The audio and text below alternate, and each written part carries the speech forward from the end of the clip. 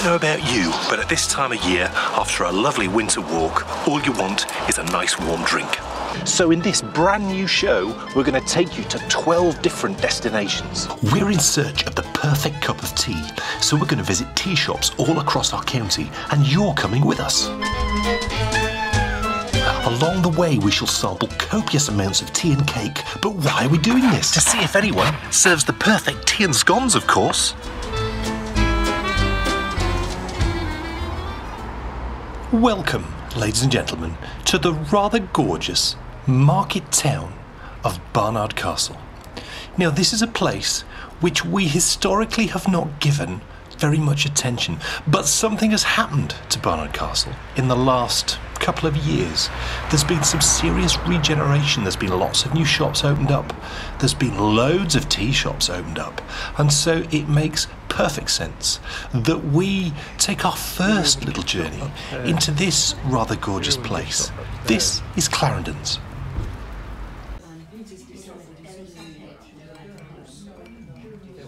Bryony's just started reading a book, that detective sort of series, and it's basically like Murder on the Orient Express, but with children. That makes sense.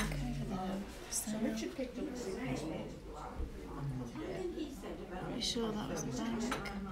I wonder if it was NatWest. Well, it's a whole new venue. It is. In fact, we've not been here since the treasure hunt. Gosh, and that's really? some time ago. One of the clues brought us to Barnard Castle. Yeah. And I happened to spot, and we mentioned on the last instalment, which was mildly disappointing but better than the one before, that I'd spotted a load of really nice looking coffee shops. Yep. And I had, hadn't I? Tea shops, I like to call them. Well, tea houses, coffee shops, whatever you want to call them. We've walked by them all today, haven't we? And we have. They all look pretty good. They do. See, I think we saw 3 that were possible. There were 2 which were possibly not, and 1 over there which we're not even going to talk about. Which one was that? That one right there. The one that says tea and coffee shop, and people appear to be sat drinking their tea on the side of a road. That green one there? Yes. Oh gosh, no, we're not going in there. That's why I said we're not even going to talk about it. It's a really beautiful building it's in though. It's Oh, a it really is. old building. It is. Now, today we went to Clarendon's Tea House. I think we should dive straight in, and we should go for. Let's start high, really high, and go scone. Oh, it was fabulous. It was lovely. It was a big scone, and it was nice and crusty, crisp, I would say, on the outside, very soft inside. Must have been freshly made today. Absolutely. I said to Kay, if you told me you'd made that, I'd believe you. It was lovely, and I liked it, it had currants in it. Yeah. You know, the tiny currants. Way better than raisins. Yeah. I'm a currant man, always have been. Yeah, because sometimes people do put raisins in them, or sultanas, don't they? Sultanas they put in scones a lot. Yeah. But I liked the raisins, the currants. Yes, absolutely. Really nice, yeah. I agree with you completely. I was really shocked. I'll be honest, I don't think, compared to this scone, I don't think any of them come close. No, this is definitely the best one that we've had. By a country mile. The butter was nice. I mean, it was just the little foil-packed butters, but it was proper butter, and it was really nice. But we've established, I think, successfully that you can go as floury as you like, put on curls of chocolate and cream in pots, and, you know, dress it up as much as you want to. What it comes down to is, have you made a good quality scone? And this is the first time, really, we have had a really, really good quality scone. It was really nice, and the jam was nice. It came in a little porcelain pot. Strawberry jam it was, but it was perfectly lovely. Yes, yes. So I think there could be no arguments at all. No, the scone gets... How much do we score? A star. Oh, a star. Yes. Oh, I can never remember how we do it. So the scone gets a star. Yeah. And we'll move swiftly on to tea. Yeah. Was it good? It was good. It was very good. I loved the teapot. Yes. It was like a... Excellent teapots. It wasn't a silver teapot, but it was silver coloured. Chrome. It was like a chrome teapot. And good skills on the peppermint tea. They tied the bag to the handle to stop it going in, which is what always happens. Yeah. It's a lovely, just plain white teacup and saucer, which was... No chips? Very nice. No chips on anything. Nice and clean? It was sugar lumps, which is Yes. always nice. Yes. Very reminiscent of Betty's. I don't know if you've ever seen sugar lumps in Betty's, actually. Right, right. It's usually just a pot of sugar Right. on the table. I've come to the conclusion that peppermint tea is impossible, really, to get one which comes close to... No, I mean, they tend to, in cafes and things, they tend to just buy in... You know, it was a very good brand. It was Taylor's of Harrogate. Yeah, so... It's a very good brand. And it tasted of peppermint, you know, but it's so subtle. If it went cold... we really like the ones that's proper leaf, don't we? If that went cold, it would probably be quite nice. You know, it's interesting that, isn't it? With peppermint tea, when it goes cold, the ones that don't taste very strong when they're hot tend to... Taste a bit stronger. Yeah. So, it was, you know... it was perfectly nice, but we just like really... The scone was so nice. Strong peppermint. The scone was so nice, and, you know, the overall experience as a whole was so nice. I can't score it down for it, because, you know, it's just a shame that peppermint tea is not taken more seriously, but we've covered that. Yeah, but my tea was lovely. You'd have loved it. So it's a lovely cuppa. Tea gets a star. Yeah. Oh, yes. So I think we should move on to cleanliness. It was lovely. It absolutely was. I had a good look around. The carpet was... It was kind of one of those... It was a carpet. It wasn't carpet tiles, but it was that kind of really hard-wearing carpet. But it was perfectly clean. I couldn't see any stains on it. No. Tables were all clean. Everything looked... No smells. No, it didn't smell at all. There was absolutely no cooking smells at all. No. And they did lunches and, you know, and things like that. They did a really nice looking breakfast. Really nice looking breakfast. Yeah, we're going to go back, we said, didn't we, one day? Absolutely. So and I went to the loo, and the loo was perfect. Right. I didn't go to the loo. I did. It was perfectly clean. You'd be interested to know? She went to 3 other loos, but just not that loo. No, just 2. It was perfectly clean. So absolutely gets a star. Yeah. And right at this moment, you now might be starting to get quite excited, because we've had 3 categories and we have 3 stars. 3 stars. Let's swiftly shift on to service. Service I thought was great. It was very swift. Particularly liked how when some ladies went up and paid and left, she said, bye. It was more than bye, ladies. Goodbye. See you tomorrow, ladies. Or I don't know. Yeah, it was. She had a little. She had a little conversation with everybody, didn't she? And she was very polite. She called everybody ladies. Yeah. How are you today, ladies? She was very pleasant, very quick service. Which was a different waitress. Oh yeah, it was. And she was absolutely lovely.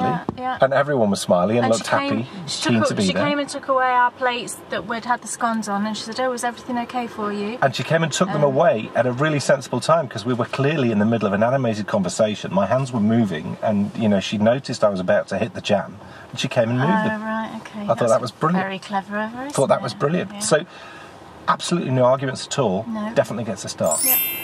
So, the final category is this going to be the first 5-star visit of the year. I can't remember the last category. Cost. Value. How much was it? How much was it? It was £8.65. For 2 excellent big scones with jam and butter for a cup of tea. Pot of tea. Yeah, a pot of tea, so 2. I had 2 and a pot of peppermint tea. Yeah. So I had 2 good cups as well. I think that's good. Well under £10. Perfectly. I think is great. It's what you would expect. The scones not were low. The scones were £2 each, which I think is great. Let's compare it to Betty's, which was well over £10. Well, yeah, and it was. I think we worked it out. For us, it was about £12. Yeah, I think it might have been even a bit more than right. that. I think it was more heading towards 50. Well, this was in a different league. Yeah, you would have all been happy to sit in there. The ambience was excellent. Do you know what? I would have got my knitting out. Yeah, and they'd have...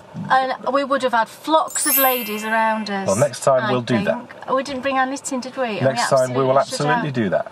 It's called Clarendon's. And it's got a website. It's been there for a little while, which is always a good sign. Because there's nothing worse, is there, than finding somewhere lovely and then it's shutting. The best thing was there was a tinkly bell when you opened the door. There was one of those old-fashioned tinkly bells. It's like you were going into Arkwright's corner shop. I was going to say, and there was a till that, you know, they were afraid of. Yeah, no, there wasn't. Do you remember that? But, yeah. Have you all seen that? Have you all seen Open All Hours? Open All Hours, yes. If you haven't, you must. You have. If you're in this country, you will have. Yeah, but maybe in other countries, you might not have heard of it. If you've not watched, it's called Open All Hours. If you just YouTube it. It's hilarious, and you'll see what we mean with the bell and with the till. Ronnie Barker. Yeah. And David J. So David Jason. this is a momentous moment because we finally have found somewhere that has 5 stars. It's annoying because it's just a little bit too far away, but it's not too far away. It's not too far. And we have already decided that we're not going to Richmond anymore. Yeah. And we're coming here. And they have the ice cream we like here. That's true. It's further away than Richmond, but there's a lot more. It's just There's a nicer lot more place. shops here. I don't want to go to Richmond. And, it's not nice. you know, there's a lovely castle here, and there's mini golf here. Yeah. So, really... And English Lakes ice cream. English Lakes ice cream. And a nice fish and chip shop. Nice fish and chips. But I'm repeating everything you said. I'm apparently. seriously excited about the potential for the food in that place. Because if they can nail a scone, really nice. they can nail other things. Nice and we will be back here next month. Because there are 2 other places. And, you know, who knows? Oh, no, I don't think we're doing one in December. Oh, we're not? No. Because of the Advent calendar. So what we're going to need to do is we're going to need to extend our quest for the perfect cup of tea into January, which is great. That's okay. So then we'll be crowning the winner in February. Superb.